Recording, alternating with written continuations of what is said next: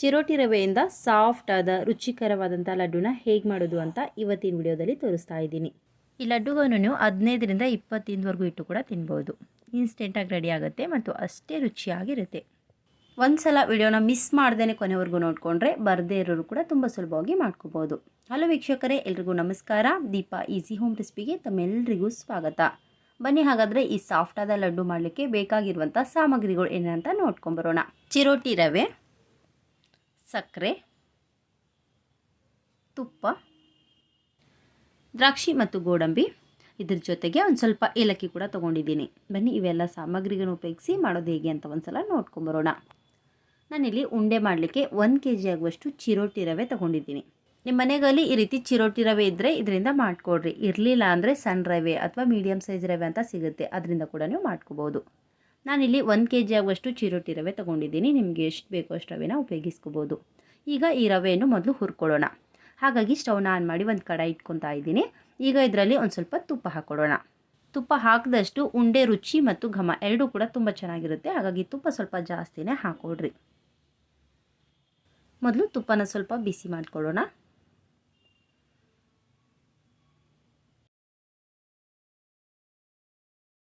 ನೋಡಿ, ತುಪ್ಪ ಕರಗಿ ಸ್ವಲ್ಪ ಬಿಸಿ ಆಗ್ತಾ ಇದ್ದಂತೆ ಈಗ ಇದರಲ್ಲಿ ಒಣ ದ್ರಾಕ್ಷಿ ಮತ್ತು ಕಟ್ ಮಾಡಿ ಇಟ್ಕೊಂಡಿರುವಂಥ ಗೋಡಂಬಿಯನ್ನು ಹಾಕೊಳ್ಳೋಣ.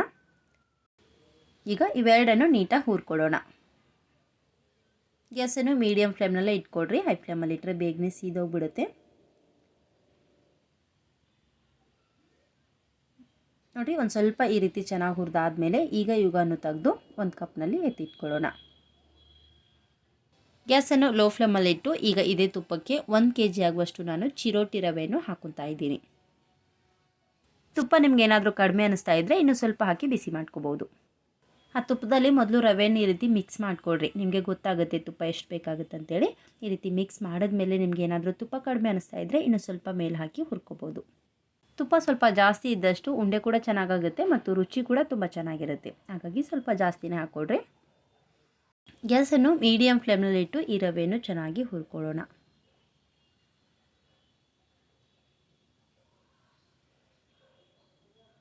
ರವೆಯನ್ನು ನೀವು ಚೆನ್ನಾಗಿ ಹುರಿದಿದ್ರೆ ಮಾತ್ರ ಉಂಡೆ ಕೂಡ ಸಾಫ್ಟಾಗಿ ಚೆನ್ನಾಗಿ ಬರುತ್ತೆ. ಇಲ್ಲಾಂದರೆ ಒಂಥರ ಜಿಗಿ ಜಿಗಿ ಬರುತ್ತೆ. ಹಾಗಾಗಿ ನೀಟಾಗಿ ಮೀಡಿಯಮ್ ಫ್ಲೇಮ್ನಲ್ಲಿಟ್ಟು ಒಳ್ಳೆ ಘಮ ಬರೋವರೆಗೂ ಹುರ್ಕೋಬೇಕು. ರವೆ ಸೀದೋಗಬಾರ್ದು, ಆದರೆ ಚೆನ್ನಾಗಿ ಹುರಿದಿರಬೇಕು. ಕಾಣಿಸ್ತಾ ಇರೋದು ನಿಮಗೆ ಇಲ್ಲಿ ರವೆ ಚೆನ್ನಾಗಿ ಹುರಿದಾಗಿದೆ. ಈಗ ಸ್ಟವ್ನ ಆಫ್ ಮಾಡಿ ಸ್ವಲ್ಪ ತಣ್ಣಗಾಗ್ಲಿಕ್ಕೆ ಬಿಡೋಣ.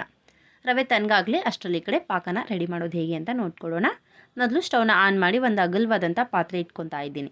ಈಗ ಇದರಲ್ಲಿ 1 kg ಚಿರೋಟಿ ರವೆಗೆ ಅದಕ್ಕೆ ಸಮನಾಗಿ 1 kg ಆಗುವಷ್ಟು ನಾನು ಸಕ್ಕರೆ ಹಾಕ್ಕೊತಾ ಇದ್ದೀನಿ. ರವೆ ಎಷ್ಟೇ ಇರಲಿ ಅದಕ್ಕೆ ಸಮನಾಗಿ ಸಕ್ಕರೆ ಹಾಕ್ಕೊಳ್ರಿ, ಕರೆಕ್ಟಾಗಿ ಬರುತ್ತೆ. ಈಗ ಸಕ್ಕರೆ ಮುಳುಗುವಷ್ಟೇ ನೀರು ಹಾಕ್ಕೊಳ್ಳೋಣ. ನಾನು ಈ ಗ್ಲಾಸ್ನಿಂದ 1 ಗ್ಲಾಸ್ ಆಗುವಷ್ಟು ನೀರು ಹಾಕ್ಕೊತಾ ಇದ್ದೀನಿ. ನೀವು ಈ ಗ್ಲಾಸ್ ತೊಗೊಂಡೋಗಿನೇ ಅಳತೆ ಮಾಡ್ಕೋಬೇಕಂತೇನಿಲ್ಲ. ನೀವು ಎಷ್ಟು ಸಕ್ಕರೆ ತೊಗೊಂಡಿರ್ತೀರಿ ನೋಡಿರಿ, ಆ ಸಕ್ಕರೆ ಮುಳುಗುವಷ್ಟು ನೀರು ಹಾಕ್ಕೊಂಡ್ರೆ ಸಾಕು. 1 kgಗೆ ಈ ರೀತಿ ಗ್ಲಾಸ್ ಇದ್ದರೆ 1 ಗ್ಲಾಸ್ ಅಷ್ಟು ನೀರು ಹಾಕ್ಕೊಡ್ರಿ, ಕರೆಕ್ಟ್ ಆಗುತ್ತೆ. ಈಗ ಮಿಕ್ಸ್ ಮಾಡ್ತಾ ಮಾಡ್ತಾ ಸಕ್ಕರೆನ ನೀಟಾಗಿ ಕರಗಿಸ್ಕೊಳ್ಳೋಣ. ಗ್ಯಾಸನ್ನು ಮೀಡಿಯಮ್ ಫ್ಲೇಮ್ನಲ್ಲಿ ಇಟ್ಕೊಳ್ರಿ. ಕೈ ಬಿಡದೆ ಮಿಕ್ಸ್ ಮಾಡ್ತಾ ಇರ್ರಿ, ಯಾಕೆಂದರೆ ಬೇಗ ಪಾಕ ಬಂದುಬಿಡುತ್ತೆ. ಸಕ್ಕರೆ ಎಲ್ಲ ಚೆನ್ನಾಗಿ ಕರಗಬೇಕು, ಒಂದೆಳೆ ಪಾಕ ಬರಬೇಕು. ಆ ರೀತಿ ನೀಟಾಗಿ ಮಿಕ್ಸ್ ಮಾಡ್ತಾ ಮಾಡ್ತಾ ಕುದಿಸ್ಕೊಳ್ರಿ.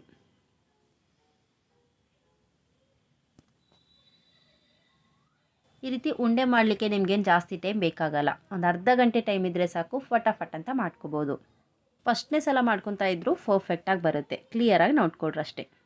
ಈ ರೀತಿ ಮಿಕ್ಸ್ ಮಾಡ್ತಾ ಇದ್ದರೆ ಸಕ್ಕರೆ ನಮಗೆ ಬೇಗನೆ ಕರಗುತ್ತೆ.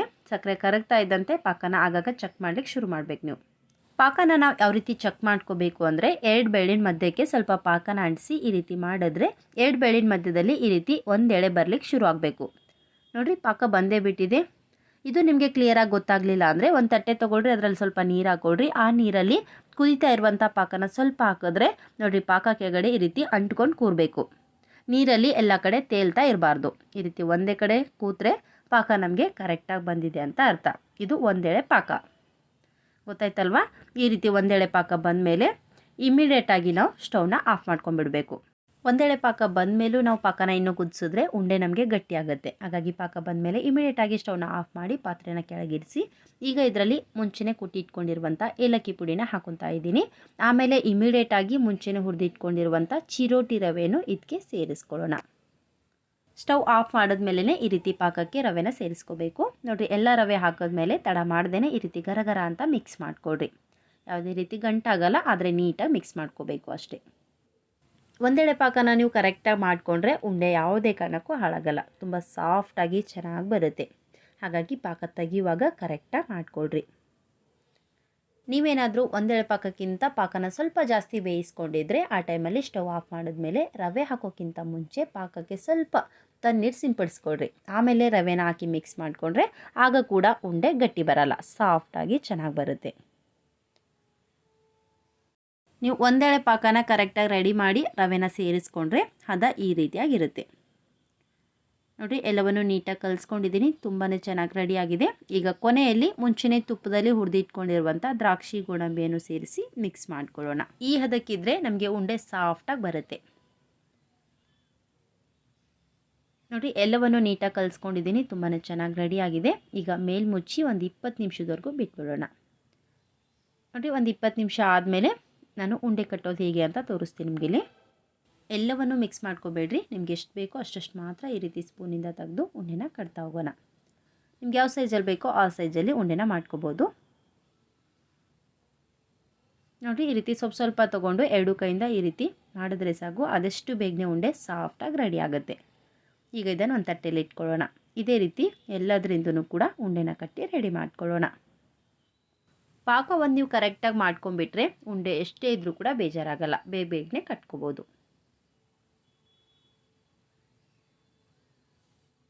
ಉಂಡೆ ಮಾಡಿದ ದಿನಕ್ಕಿಂತ ಮಾರನೇ ದಿನ ತಿಂದರೆ ರುಚಿ ಇನ್ನೂ ಚೆನ್ನಾಗಿರುತ್ತೆ. ಇದೇ ರೀತಿ ಎಲ್ಲ ಉಂಡೆಗಳನ್ನು ಮಾಡಿ ರೆಡಿ ಮಾಡ್ಕೊಂಡಿದ್ದೀನಿ. ನೋಡಿ, ತುಂಬಾ ಸಾಫ್ಟಾಗಿ ಚೆನ್ನಾಗಿ ರೆಡಿಯಾಗಿವೆ. ಇವುಗಳನ್ನು ಒಂದು ಡಬ್ಬಿಯಲ್ಲಿ ಹಾಕಿ ಇಟ್ಕೊಂಡ್ಬಿಟ್ರೆ 15ರಿಂದ 20 ದಿನದವರೆಗೂ ಇಟ್ಟರು ಕೂಡ ಉಂಡೆ ಹಾಳಾಗಲ್ಲ, ಚೆನ್ನಾಗಿರುತ್ತೆ. ನಿಮ್ಗೆ ಯಾವಾಗ ಬೇಕೋ ಆಗ ಒಂದೊಂದು ತೊಗೊಂಡು ತಿಂತಾ ಇರ್ಬೋದು. ನೋಡಿದ್ರಲ್ವಾ ಫ್ರೆಂಡ್ಸ್, ಚಿರೋಟಿ ರವೆಯಿಂದ ತುಂಬಾ ಸಾಫ್ಟಾಗಿ, ಮೃದುವಾಗಿ ಮತ್ತು ಇನ್ಸ್ಟೆಂಟಾಗಿ ಉಂಡೆಗಳನ್ನು ಹೇಗೆ ಮಾಡೋದು ಅಂತ. ಈ ಉಂಡೆಗಳು ನಿಮಗೂ ಇಷ್ಟ ಆಗಿದೆ ಅಲ್ವಾ? ಇಷ್ಟ ಆಗಿದ್ದರೆ ಈ ರೀತಿ ಉಂಡೆನ ಒಂದ್ಸಲ ಖಂಡಿತ ಟ್ರೈ ಮಾಡಿರಿ. ರುಚಿ ಯಾವ ರೀತಿ ಇತ್ತು ಅಂತ ನನಗೆ ತಪ್ಪದೆ ಕೆಳಗಡೆ ಕಮೆಂಟ್ಸಲ್ಲಿ ತಿಳಿಸ್ರಿ. ಈ ರೆಸಿಪಿ ಇಷ್ಟ ಆದರೆ ಲೈಕ್ ಮಾಡಿರಿ ಮತ್ತು ಶೇರ್ ಮಾಡಿರಿ. Thank you.